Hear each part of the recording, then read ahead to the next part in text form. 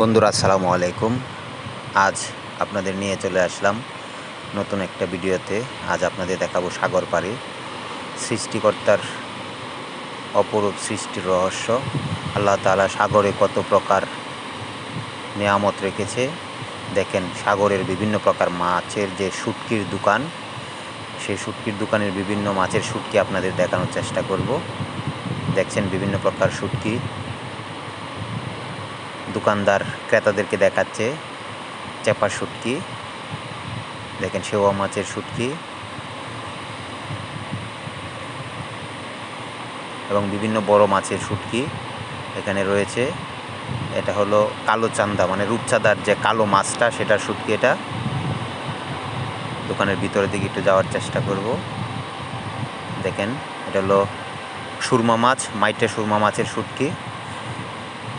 ওরা স্থানীয় যে জেলেরা আছে, এটা হলো টুনা পিসের শুটকি এটা। দেখেন অনেক লম্বা মাছটা।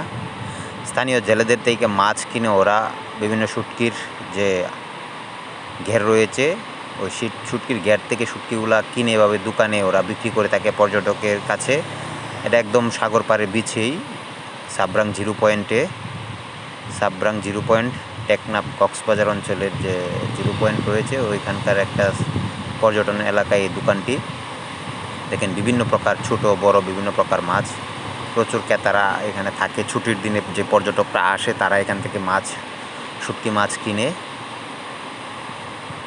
এখানে রয়েছে টুনা ফিশ, মাইটে সুরমা, কালো রূপচাঁদা, পোপা মাছ